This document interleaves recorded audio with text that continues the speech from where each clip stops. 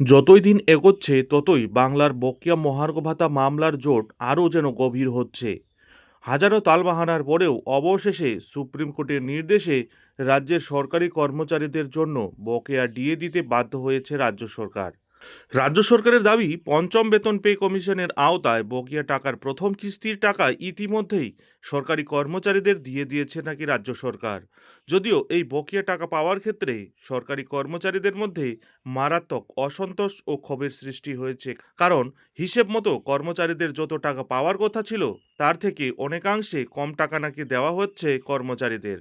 আর তার মধ্যে বাকি টাকা প্রদানের ক্ষেত্রেও নতুন করে সুপ্রিম কোর্টে পশ্চিমবঙ্গ সরকার এমএ পিটিশন দাখিল করে। আর সেই মামলার শুনানি হয় গত 15ই এপ্রিল। যদিও মামলার শুনানি নতুন করে ভোটের পর পিছিয়ে দিয়েছে দেশের সর্বোচ্চ আদালত সুপ্রিম কোর্ট। সুপ্রিম কোর্টের এই নির্দেশের ফলে রাজ্যের দীর্ঘদিন থেকে বঞ্চিত এই সব কর্মচারীদের আশায় যেন আবার জল ঢেলে দেওয়া হলো। কারণ কর্মচারীদের আশা ছিল এই শুনানিতে হয়তো তাদের হকের প্রাপ্য ডিএ এবার তারা পেয়ে যাবেন, কিন্তু আদৌ তা হলো না। এই মামলার শুনানি আবারও পিছিয়ে গেল। পরবর্তী শুনানি আগামী 6ই মে, অর্থাৎ আসন্ন বিধানসভা নির্বাচনের একেবারে ফলাফল ঘোষণার পর। আর এবার অবশেষে আদালতের সেই নির্দেশনামার অর্ডার কপি সামনে এলো। সরকারকে পরবর্তী কি কি নির্দেশ দেওয়া হয়েছে তা লেখা রয়েছে সেই অর্ডার কপিতে। একদমই ঠিক শুনেছেন, সম্পূর্ণ বিষয়টি ডিটেলস আলোচনা করব তার আগে চ্যানেলে নতুন হলে চ্যানেলটিকে সাবস্ক্রাইব করে বেল আইকনটি বাজিয়ে অল নোটিফিকেশন অন করে দিন এই ধরনের গুরুত্বপূর্ণ আপডেটগুলি ঠিক সময় মতো পেতে। তালিকা অনুযায়ী সুপ্রিম কোর্ট বুধবার তার 5ই ফেব্রুয়ারির রায়ের বাস্তবায়ন সংক্রান্ত শুনানি আগামী 6ই মে পর্যন্ত মুলতবি করেছে। এই রায়ে আদালত মমতা ব্যানার্জি সরকারকে 2008 থেকে 2019 সাল পর্যন্ত সরকারি কর্মচারীদের মহার্ঘ ভাতা বকেয়ার প্রথম কিস্তি 31 মার্চের মধ্যে পরিশোধ করার নির্দেশ দিয়েছিল।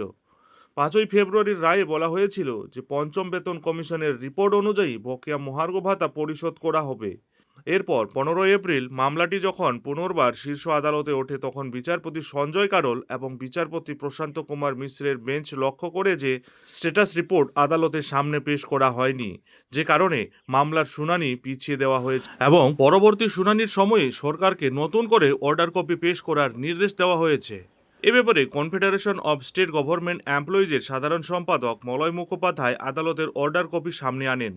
সেটা অনুযায়ী আদালত নির্দেশ দিয়েছে প্রথম কিস্তির অর্থ প্রদান করার পর একটি স্ট্যাটাস রিপোর্ট দাখিল করবে, যেখানে কমিটির সিদ্ধান্ত, গৃহীত সময়সূচি এবং প্রথম পেমেন্টের অবস্থা উল্লেখ থাকবে।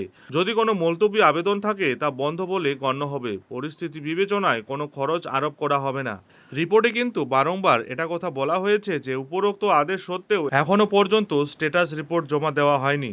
শেষে উল্লেখ করা হয়েছে যে কন্টেম্প্ট পিটিশন ডায়েরি নাম্বার 11,103, 11,479, 13,427, 17,510, 2026 এবং এমএ ডায়েরি 13,867, 2026 দাখিল করা হয়েছে এবং এদের মধ্যে কিছু এখনও ত্রুটিপূর্ণ অবস্থায় রয়েছে।